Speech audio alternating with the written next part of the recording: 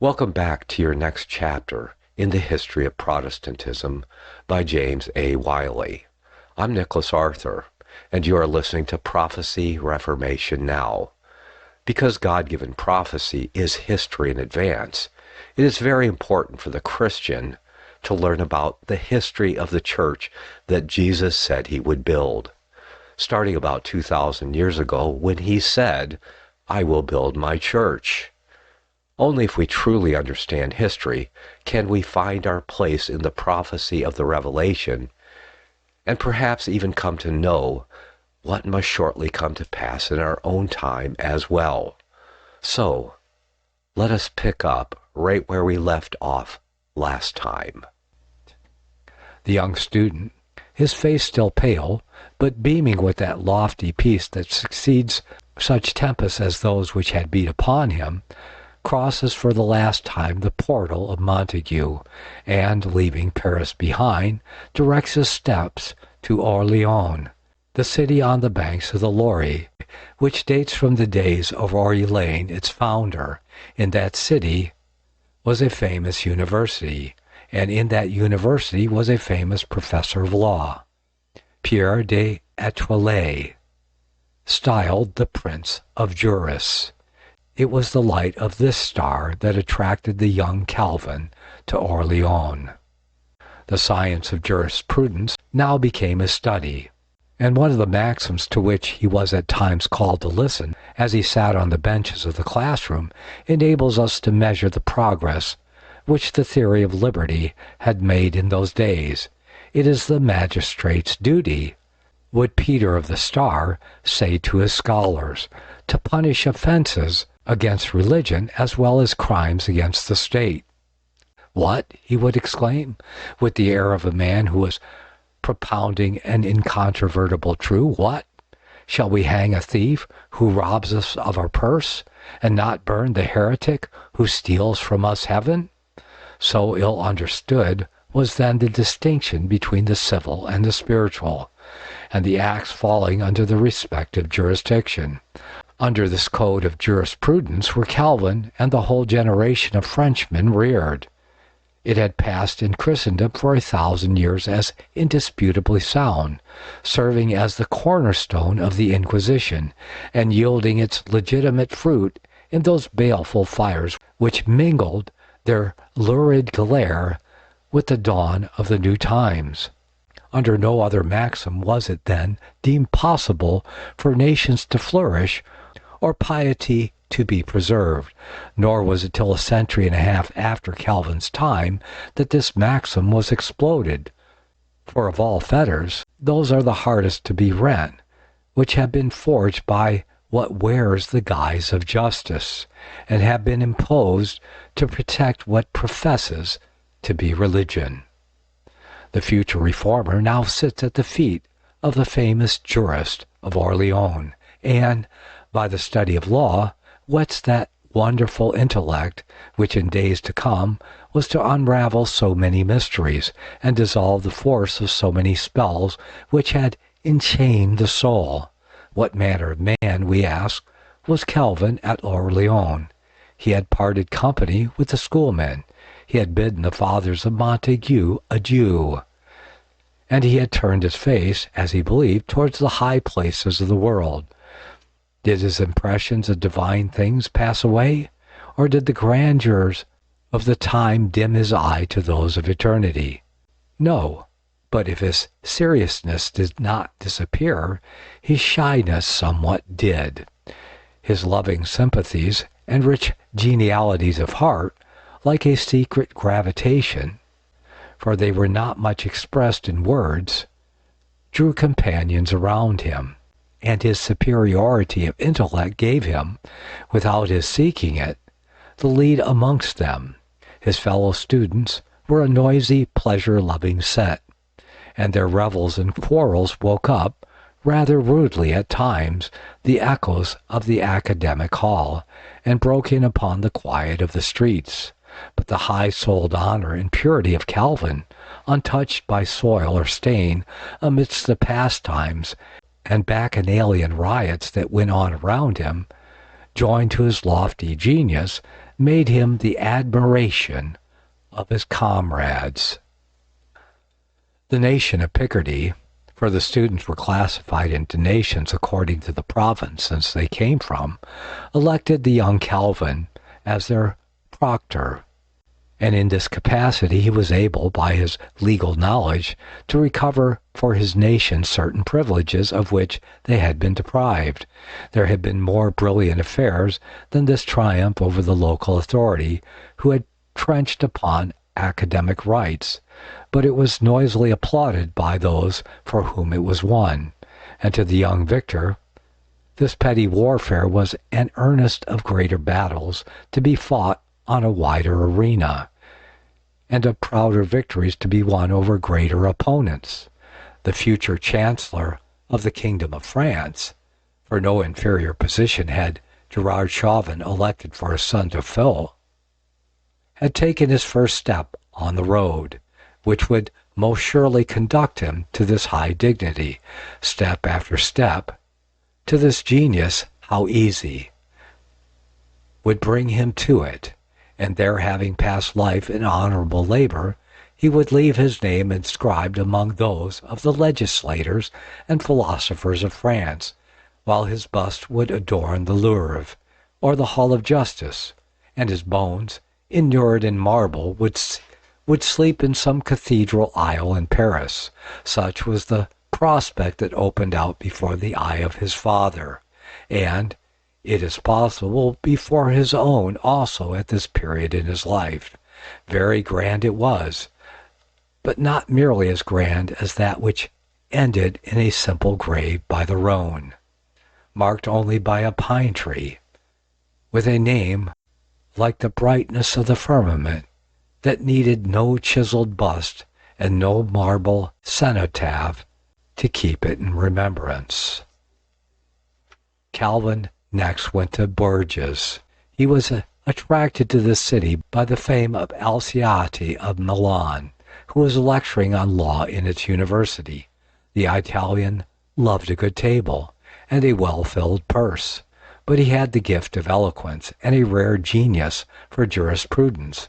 Andrew Alciat, says Beza, was esteemed the most learned and eloquent of all the jurisconsults of his time. The eloquence of Alciati kindled anew Calvin's enthusiasm for the study of law. The hours were then early, but Calvin, Beza informs us, sat up till midnight, and on awakening in the morning spent an hour in bed recalling to memory what he had learned the evening previous. At Bourges was another distinguished man, learned in a wisdom that Alciati knew not, and whose lectures, if less brilliant, were more useful to the young student. Melchior Wolmar, a German, taught the Greek of Romer, Demosthenes, or Sophocles, but less publicly, says Bunninger, though with small attempts at concealment, the Greek of another book far mightier and more important. When Calvin arrived in Bourges, he knew nothing of Greek. His Latinity he had received at Paris from Mathurin Cordier, whose memory he ever most affectionately cherished, but now he was to be initiated into the tongue of ancient Greece. This service was rendered him by Melchior Wolmar, who had been a pupil of the celebrated Boethius. Calvin now had access to the oracles of God in the very words in which inspired men had written them, an indisputable qualification surely in one who was to be the first great interpreter in modern times of the New Testament. He could more exactly know the mind of the Spirit speaking in the Word, and more fully make known to men the glory of divine mysteries. And the commentaries of Calvin are perhaps unsurpassed to this day in the combined qualities of clearness, accuracy, and depth. They were, in a sort, a second giving of the oracles of God to men. Their publication was as when, in the Apocalypse, the temple of God was opened in heaven, and there was seen in his temple the ark of his testament. Before leaving Orleans, his spiritual equipment for his great work had been completed. The agony he had endured in Paris returned in part. He may have contracted from his law studies some of the dross of earth, but he was sent back to the furnace for the last time. Doubts regarding his salvation began again to agitate him. The church rose up again before him in all her huge fascination and enchantment. These were the very foes he had already vanquished and left dead, as he believed, on the battlefield. Again they stood like menacing scepters in his path, and he had to recommence the fight. And as at Paris, so again in Orleans, he had to wage it in the sweat of his face, in the sweat of his heart. "I am in a continual battle," he writes. "I am assaulted and shaken, as when an armed man is forced by a violent blow to stagger a few steps backward. Grasping once more the sword of the Spirit, he put his foes to flight, and when the conflict was over, Calvin found himself walking in a clearer light than he had ever before enjoyed. And that light continued all the way, even to his life's end. There gathered often around him in later days the darkness of outward trial, but never more was there darkness in his soul."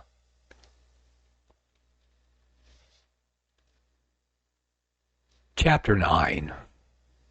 Calvin the Evangelist and Berquin the Martyr. Calvin abandons the study of the law, goes to Bourges under Margaret of Navarre.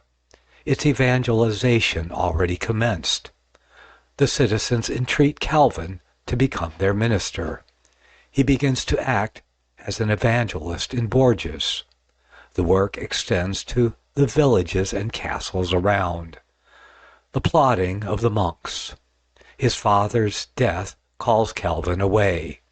A martyr, Louis de Berquin.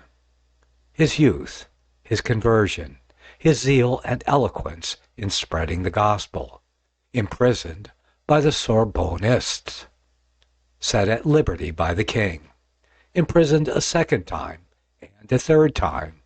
Set at liberty. Erasmus's council. Berquin taxes the Sorbonnists with heresy. An image of the Virgin mutilated. Berquin consigned to the concierge. His condemnation and frightful sentence. Efforts of Budsius. Berquin on his way to the stake. His attire. His noble behavior. His death. Emerging from the furnace, purified 7 times, Calvin abandons the study of the law, casts behind him the great honors to which it invited him, turns again to the church, not her whose head is on the 7 hills, and puts his hand to the gospel plow, never to take it away till death should withdraw it. Quitting Orleans, he goes to Bourges. With Bourges, 2 illustrious conquerors of former days had associated their names. Caesar had laid it in ashes. Charlemagne had raised it up from its ruins. Now a greater hero than either enters it, to begin a career of conquests which these warriors might well have envied, destined as they were to eclipse in true glory and far outlast any they had ever achieved. It was here that Calvin made his first essay as an evangelist.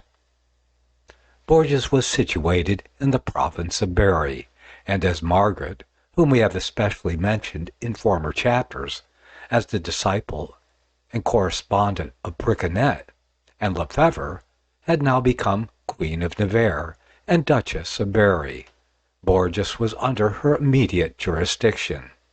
Prepared to protect in others the gospel which she herself loved, Bourges presented an opening for Protestantism which no other city in all France at that time did. Under Margaret, it became a center of the evangelization. For some time previous, no little religious fermentation had been going on among its population. The new doctrines had found their way there. They were talked of in its social gatherings. They had begun even to be heard in its pulpits. Certain priests who had come to the knowledge of truth were preaching it with tolerable clearness to congregation composed of lawyers, students, and citizens. It was at this crisis that Calvin arrived at Bourges. His fame had preceded him. The Protestants gathered round him and entreated him to become their teacher. Calvin was averse to assume the office of the ministry. Not that he shrank from either the labors or the perils of the work, but because he cherished a deep sense of the greatness of the function, and of his own unworthiness to fill it. "I have hardly learned the gospel myself," he would say, "and lo, I am called to teach it to others." Not for some time did Calvin comply with these solicitations. His timidity, his sense of responsibility, above all his love of study, held him back. He sought a hiding place where, safe from intrusion, he might continue the pursuit of that wisdom which it delighted him with each studious day to gather and hive up. But his friends surprised him in his concealment and renewed their entreaties. At last he consented. "Wonderful it is," he said, "that one of so lowly an origin should be exalted to so great a dignity." But how unostentatious the opening of his career! The harvests of the earth spring not in deeper silence than does this great evangelical harvest, which, beginning in the ministry of Calvin, is destined to cover a world. Gliding along the street might be seen a youth, a slender figure, and sallow features. He enters a door. He gathers round him the family and, opening the Bible, explains to them its message. His words distill the dew, and as the tender rain on the grass. By and by the city becomes too narrow a sphere for his labor, and the young evangelist extends his efforts to the hamlets and towns around Bourges. One tells another of the sweetness of this water, and every day the numbers increase of those who wish to drink of it. The castle of the baron is opened, as well as the cottage of the peasant, and a cordial welcome is accorded the missionary in both. His doctrine is clear and beautiful, and as refreshing to the soul as light to the eye after long darkness. And then the preacher is so modest withal, so sweet in his address, so earnest in his work, and altogether so unlike any other preacher the people had ever known. "Upon my word," said the Lord of Liniers to his wife, "Master John Calvin seems to me to preach better than the monks, and he goes heartily to work too." The monks looked with but small favor on these doings. The doors open to the young evangelist were shut up against themselves.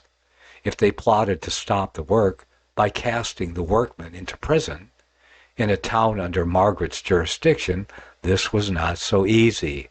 The designs failed, if it was ever entertained, and the evangelist went on sowing the seed from which in days to come a plentiful harvest was to spring. The churches whose foundations are now being laid by the instrumentality of Calvin will yield in future years not only confessors of the truth, but martyrs for the stake.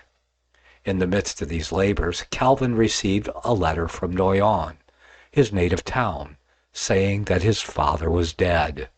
These tidings stopped his work, but it is possible that they saved him from prison. He had planted, but another must water, and so turning his face toward his birthplace, he quit Bourges, not again to return to it. But the work he had accomplished in it did not perish. A venerable doctor, Michael Simon, came forward on Calvin's departure, and kept alive the light in Bourges which the evangelist had kindled. On his journey to Noyon, Calvin had to pass through Paris. It so happened that the capital at that time, 1529, was in a state of great excitement, another stake having just been planted in it, whereat one of the noblest of the early martyrs of France was yielding up his life. Providence so ordered it that the pile of the martyr and the visit of the reformer came together. God had chosen him as the champion by whom the character of his martyrs was to be vindicated and their blood avenged on the papacy. And therefore it was necessary that he should come very near, if not actually stand beside their stake, and be the eyewitness of the agonies, or rather the triumph, of their dying moments. Before tracing farther the career of Calvin, let us turn aside to the Place de Grève, and see there the most learned of the nobles of France dying as a felon. Louis de Berquin was descended of a noble family of Artois.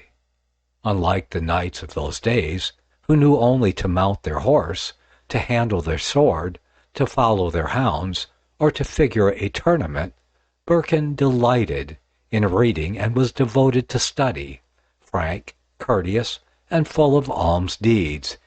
He was beloved by all. His morals were as pure as his manners were polished.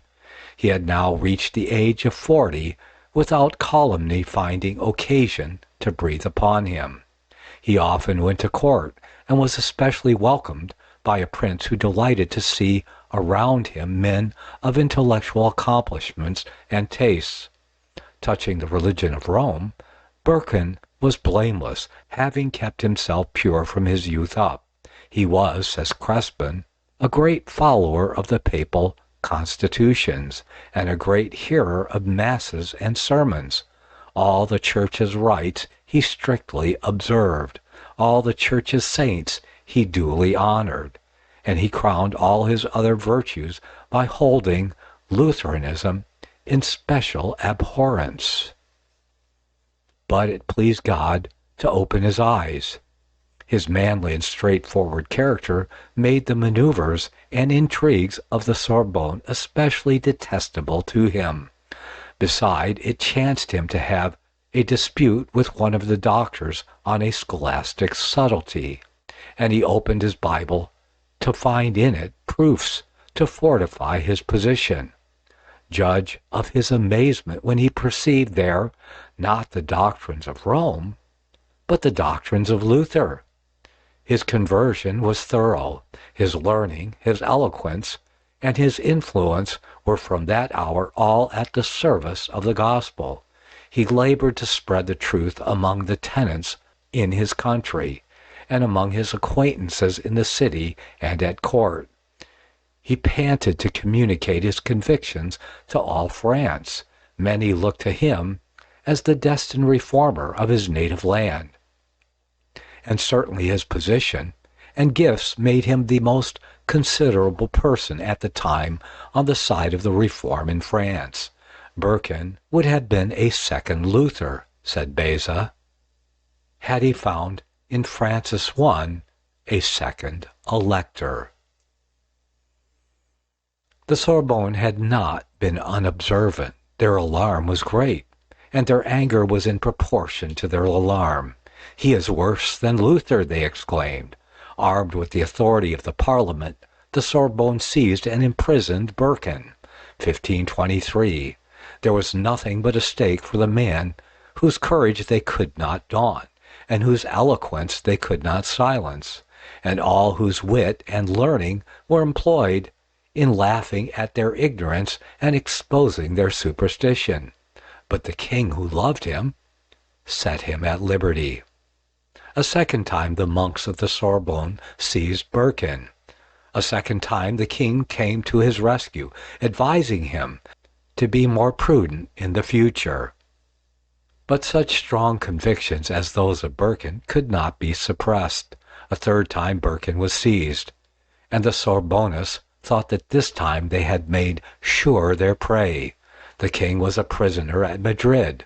Duprat and Louis of of Savoy were all powerful at Paris, but an order from Francis I, dated the 1st of April, 1526, arrived, enjoining them to suspend proceedings till his return, and so Berquin was again at liberty.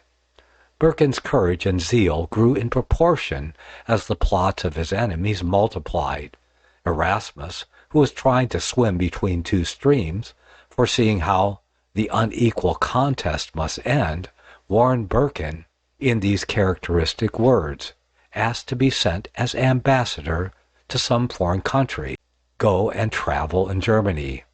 You know Beta and such as he. He is a 1,000-headed monster, darting venom on every side. Your enemies are named Legion. Were your cause better than that of Jesus Christ, they will not let you go till they have miserably destroyed you. Do not trust too much to the king's protection. At all events, do not compromise me with the faculty of theology. Berquin did not listen to the counsel of the timid scholar.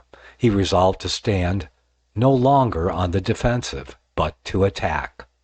He extracted from the writings of Beta and his colleagues 12 propositions which he presented to the king, and which he charged with being opposed to the Bible and, by consequence, heretical. The Sorbonnists were confounded that they, the pillars of the Church and the lights of France, should be taxed with heresy by a Lutheran was past endurance. The king, however, not sorry to have an opportunity of humbling these turbulent doctors, requested them to disprove Berquin's allegations from Scripture. This might have been a hard task. The affair was taking an ugly turn of the Sorbonne. Just at that time, an image of the Virgin at the corner of one of the streets was mutilated. It was a fortunate incident for the priests. These are the fruits of the doctrines of Berquin. It was exclaimed, all is about to be overthrown, religion, the laws, the throne itself, by this Lutheran conspiracy. War to the knife was demanded against the iconoclast. The people and the monarch were frightened, and the issue was that Berquin was apprehended March 1529 and consigned to the concierge. A somewhat remarkable occurrence furnished Berquin's enemies with unexpected advantage against him in the prosecution. No sooner was he within the walls of his prison than the thought of his books and papers flashed across his mind. He saw the use his persecutors would make of them, and he sat down and wrote instantly a note to a friend begging him to destroy them. He gave the note to a domestic, who hid it under his clothes and departed. The man, who was not a little superstitious, trembling at the thought of the message which he carried, but all went well till he came to the Pont de Change, where his superstition getting the better of his courage, he swooned and fell before the image of Our Lady. The passers-by gathered round him, and, unbuttoning his doublet that he might breathe more freely, found the letter underneath. It was open and read. "He is a heretic," said they. "Our Lady has done it. It is a miracle." The note was given to one of the bystanders, at whose house the monk, then preaching the Lent sermon, was that day to dine, who, perceiving its importance, carried it to Berquin's judges. His books were straightway seized and examined by the 12 commissioners appointed to try him. On the 16th of April, 1529, the trial was finished, and at noon Berquin was brought into court, and had his sentence read to him. He was condemned to make a public abjuration in the following manner. He was to walk bareheaded, with a lighted taper in his hand, to the Place de Grève, and there he was to see his books burned. From the Place de Grève he was to pass to the front of the church of Notre Dame, and there he was to do penance to God and his glorious Mother the Virgin. After that his tongue, The instrument of unrighteousness was to be pierced, and lastly, he was to be taken back to prison and shut up for life within 4 walls of stone, and to have neither books to read nor pen and ink to write. Berquin, stunned by the atrocity of the sentence, at first remained silent, but recovering in a few minutes his composure, said, "I appeal to the king." This was his way of saying, "I refuse to abjure." Among the 12 judges was the celebrated Hellenist Badaeus, the intimate friend of Berquin, and a secret favorer of the new doctrines. Badaeus hastened after him to the prison, his object being to persuade him to make a recantation, and thereby save his life. In no other way, he knew, could Berquin escape, for already a second sentence stood drafted by his judges, consigning him to the stake should he refuse to do public penance. Badaeus threw himself at Berquin's feet, and implored him with tears not to throw away his life, but to reserve himself for the better times that were awaiting the Reformation in France. This was a side on which to attack such a man, but the prisoner was inflexible. Again and again Badaeus returned to the concierge, and each time he renewed his importunities with greater earnestness. He painted the grand opportunities the future would bring, and did not hesitate to say that Berquin would incur no small guilt should he sacrifice himself. The strong man began to bow. The power of the Holy Ghost was extinguished in him for a moment, says one. He gave his consent to appear to the court on the palace of justice, and asked pardon of God and the king. Badaeus, overjoyed, hastened back to tell the Sorbonne that Berquin was ready to withdraw his appeal and make his recantation. How fared it the while with Berquin in the prison? His peace had forsaken him that same hour. He looked up to God, but the act which aforetime had ever brought joy and strength into his heart filled him with terror. The darkness was his true prison, and not the stone walls that enclosed him. Could the Sorbonne deliver him from that prison? And was this the sort of life that he was reserving for the Reformation? Verily he would do great things with a soul fettered by fear and bound down by a sense of guilt. No, he could not live thus. He could die 100 times, but to appear before the Sorbonne and to say of the gospel, "I renounce it," and of the Savior, "I know him not," that he could not do. And so when Badaeus returned, there was an air in the face of the prisoner which told its own tale before Berquin had time to speak. He had weighed the two, recantation and the stake, and he had chosen the better part, though Badaeus hardly deemed it so. The stake. The king, who it was possible might interpose at the last moment and save Berquin, was not indeed in Paris at the moment, but he was no farther away than at Blois, and the Sorbonne must dispatch their victim before a pardon could arrive from Blois. A week's delay was craved in the execution of the sentence. "Not a day," said Beda, "but the prisoner has appealed to the royal prerogative." "Quick," responded his persecutors, "and let him be put to death." That same day, April 22nd, 1529, at noon, was Berquin led forth to die. The ominous news had hardly circulated through Paris. From every street came a stream of spectators, and a dense crowd gathered and surged round the prison, waiting to see Berquin led to execution. The clock struck the hour. The gates of the concierge were flung open with a crash, and the melancholy procession was seen to issue forth. The passage of that procession through the streets was watched with looks of pity on the part of some, of wonder and astonishment on the part of others.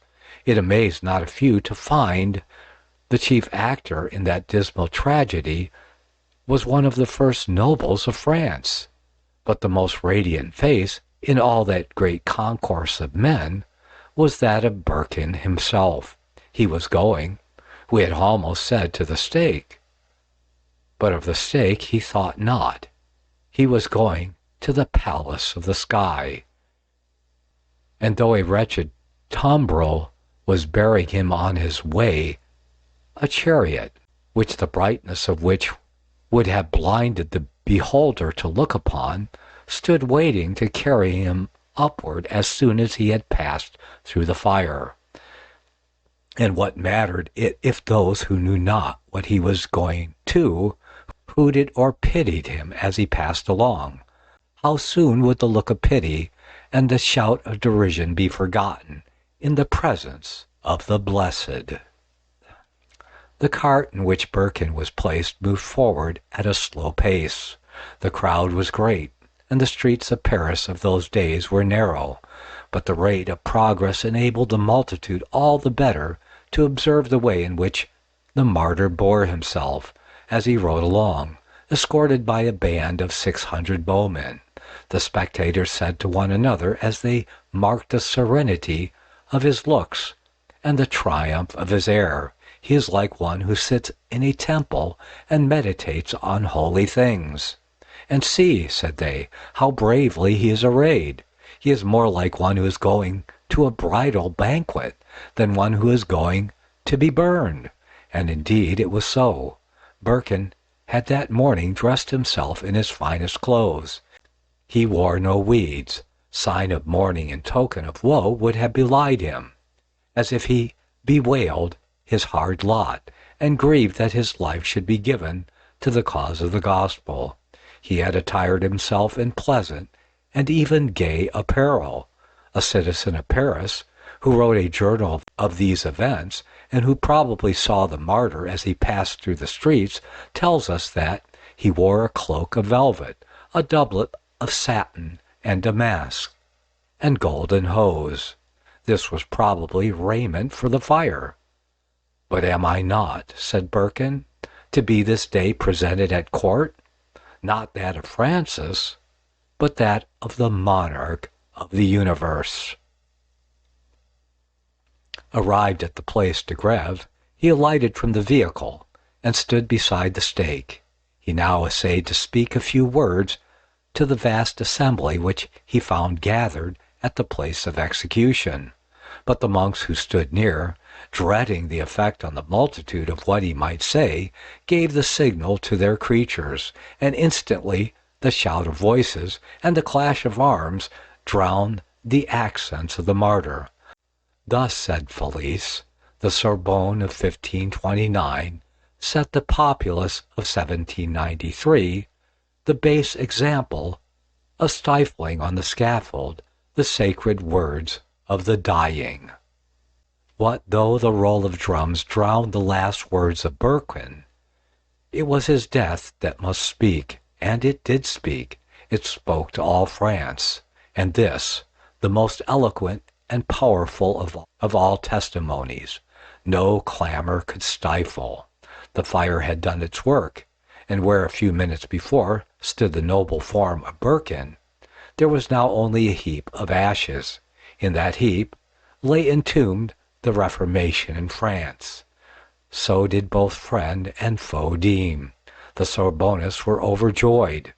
The Protestants were bowed down under a weight of sorrow. There was no sufficient reason for the exaltation of the one or the dejection of the other. Berquin's stake was to be, in some good measure, to France what Ridley's was to England, a candle which, by God's grace, would not be put out, but would shine through all that realm. Chapter 10.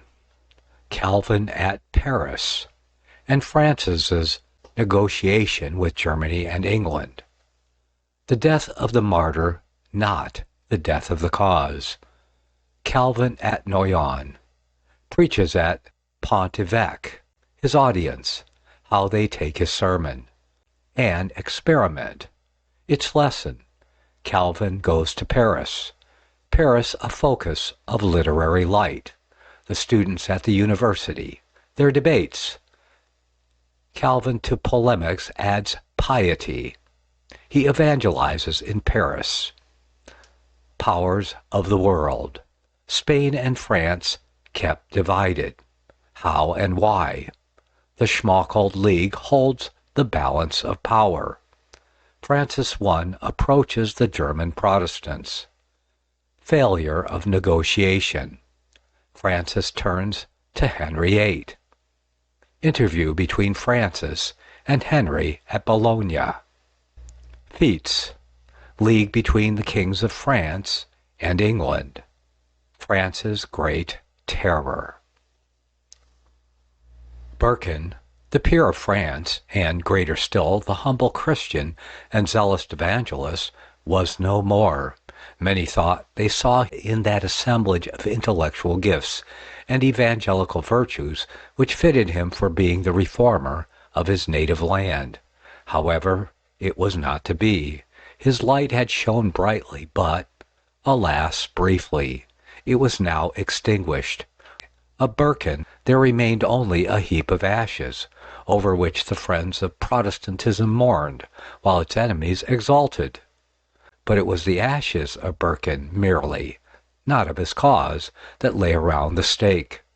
When the martyr went up, in the chariot which, unseen by the crowd, waited to carry him to the sky, his mantle fell on one who was standing near, and who may be said to have seen him as he ascended from the burning pile of the Place de Grève, the young Evangelist of Bourges, whose name, destined to fill Christendom in years to come, was then all but unknown, went forth, endowed with a double portion of Berquin's spirit, to take up the work of him who had just fallen, and to spread throughout France and the world that truth which lived when Berquin died.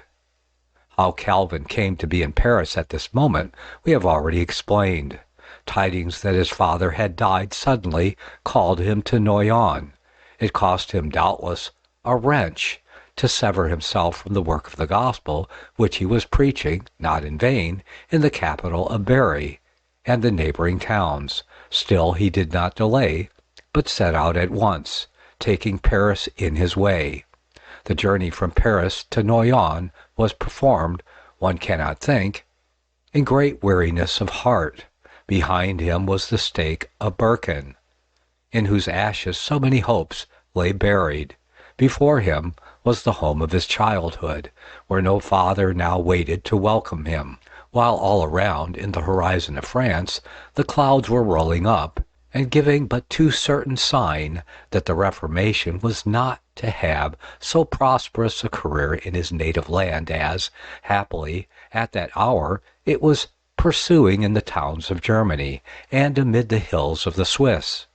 But God, he tells us, comforted him by his word. Calvin had quitted Noyon a mere lad. He returns to it on the verge of manhood, 1529, bringing back to it the same pale face and burning eye which had marked him as a boy. Within, what a mighty change! But that change his townsmen saw not, nor did he even himself suspect its extent, for as yet he had not a thought of leaving the communion of Rome. He would cleanse and repair the old fabric by proclaiming the truth within it. But an experiment which he made on a small scale at Noyon helped doubtless to show him that the tottering structure would but fall in pieces in his hands should he attempt restoration merely. The fame of the young scholar had reached even these northern parts of France, and the friends and companions of his youth wanted to hear him preach. If a half suspicion of heresy had reached their ears along with the rumor of his great attainments, it only whetted their eagerness to hear him. The church of Pont-Évêque, where his ancestors had lived, was open to him. When the day came, quite a crowd made up of his own and his father's acquaintances, and people from the neighboring towns filled the church, all eager to see and hear the cooper's grandson. Calvin expounded to them the Scriptures. The old doctrine was new under that roof and to those ears. The different feelings awakened by the sermon in different minds could be plainly read on the faces clustered so thickly around the pulpit. Some beamed with delight, as do those of thirsty men when they drink and are refreshed. This select number, embracing the leading men of the district, among whom was Nicholas Picot, on that day he tasted the true bread and never again turned to the husks of Rome. But the faces of the most part expressed either indifference or anger. Instead of salvation from sin, they much preferred what the church offered, a salvation in sin. And as regarded the priestly portion of the audience, they divined but too surely to what the preacher's doctrine tended, the overthrow, namely, of the church's authority, and the utter drying up of her revenues. Many a rich abbacy and broad acre, as well as ghostly Assumption, would have to be renounced if that doctrine should be embraced. Noyon had given a reformer to Christendom, but she refused to accept him for herself. The congregation at Point-l'Evêque was a fair specimen of the universal Roman community, and the result of the sermon must have gone far to convince the preacher that the first effect of the publication of the truth within the pale of the church would be not the re-edification, but the demolition of the old fabric, and that his ultimate aim must point to the rearing of a new edifice. After 2 months' stay, Calvin quitted his native place. Noyon continued to watch the career of her great citizen, but not with pride. In later days, when Rome was trembling at his name and Protestant lands were pronouncing it with reverence, Noyon held it the greatest blot upon her escutcheon that she had the misfortune to have given birth to him who bore that name. Calvin had to choose anew his field of labor, and he at once decided in favor of Paris. There, accordingly, he directed his steps. France in those days had many capitals, but Paris took precedence of them all. Besides being the seat of the court and of the Sorbonne, and the center of influences which sooner or later made themselves felt to the extremities of the country, Paris had just become a great focus of literary light. Francis I, while snubbing the monks on the one hand and repelling the Protestants on the other, kneeled before the Renaissance, which was in his eye the germ of all civilization and greatness. He knew the splendor it had lent to the House of Medici, and he aspired to invest his court, his kingdom, and himself with the same glory. Accordingly, he invited a great number of scholars to his capital. Budaeus was already there, and now followed Danes and Vatable, who were skilled, the former in Greek and the latter in Hebrew, the recovery of which formed by far the most precious of all the fruits of the Renaissance. A false faith would have shunned such a spot. It was the very fact of the light being there that made Calvin hasten to Paris with the gospel. A great fermentation at that moment existed among the students at the university. Their study of the original tongues of the Bible had led them, in many instances, to the Bible itself. Its simplicity and sublimity had charms for many who did not much relish its holiness, and they drew from it an illumination of the intellect, even when they failed to obtain from it a renovation of the heart. A little proud it may be of their skill in the new learning, and not unwilling to display their polemical tact, they were ready for battle with the champions of the old orthodoxy wherever they met them, whether in the courts of the university or on the street. In fact, the capital was then ringing with a warfare, partly literary, partly theological, and Calvin found that he had done well. Instead of returning to Bourges and gathering up the broken thread of his labors, and coming to a spot where the field seemed rapidly ripening unto harvest. And indeed, in one prime quality, at all times essential to work like his, but never more so than at the birth of Protestantism, Calvin excelled all others. In the beautiful union of intellect and devotion which characterized him, he stood alone. He was as skillful a controversialist as any of the noisy polemics who were waging daily battle on the streets. But he was something higher. He fed his intellect by daily prayer and daily perusal of the Scriptures, and he was as devoted an evangelist as he was a skillful debater. He was even more anxious to sow the seed of the kingdom in the homes of the citizens of Paris than he was to win victories over the doctors of the Sorbonne. We see him passing along on the shady side of the street. He drops in at a door. He emerges after a while, passes onward, enters another dwelling, where he makes another short stay, and thus he goes on. His unobtrusiveness, his shield, for no one follows his steps or suspects his errand, while others are simply silencing opponents. Calvin is enlightening minds and leaving traces in the hearts of men that are imperishable. In this we behold the beginnings of a great work, a work that is to endure and fill the earth, when all the achievements of diplomacy, all of the trophies of the battlefield, and all the honors of the school shall have passed away and been forgotten.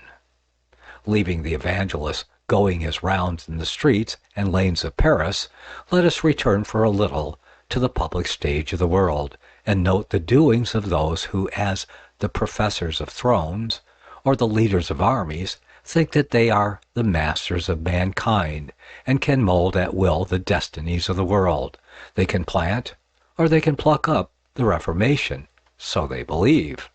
And it is true. Emperors and warriors and priests have a part assigned them, which they are able to do in this great work. The priests, by their scandals, shook the hierarchy. The kings, by their ambitions and passions, pulled down the empire. Thus, without the world owing thanks to either Pope or Kaiser, room was prepared for a kingdom that cannot be removed. The great monarchy of the day was Spain, which had shot up into portentous growth just as the new times were about to appear. The union of some dozen of kingdoms under its scepter had given it measureless territory. The discovery of America had endowed it with exhaustless wealth, and its success in the field had crowned its standards with the prestige of invincible power. At the head of this vast empire was a prince of equal sagacity and ambition, and who was by turns the ally and the enemy of the Pope, yet ever the steady champion of the papacy, with which he believed the union of his empire and the stability of his power were bound up. Charles V, first and chiefly, the Protestants had cause to dread. But a counterpoise had been provided. France, which was not very much less powerful than Spain, was made to weigh upon the arms of Charles, in order to dead the blow should he strike at Protestantism. He did wish to strike at Protestantism, and sought craftily to persuade Francis to hold back the while. In the spring of 1531, he sent his ambassador, Noircarmes, to poison the ear of the King of France. "Do you know what Lutheranism is?" said Noircarmes to Francis one day. "It means concisely three things," he continued. "The first is the destruction of the family. The second is the destruction of property. And the third is the destruction of the monarchy." "Espouse this cause," said the Spanish ambassador, "in effect, and you let in the deluge." If Noircarmes had substituted communism for Lutheranism, he might have been regarded as foretelling what France in these later days has verified.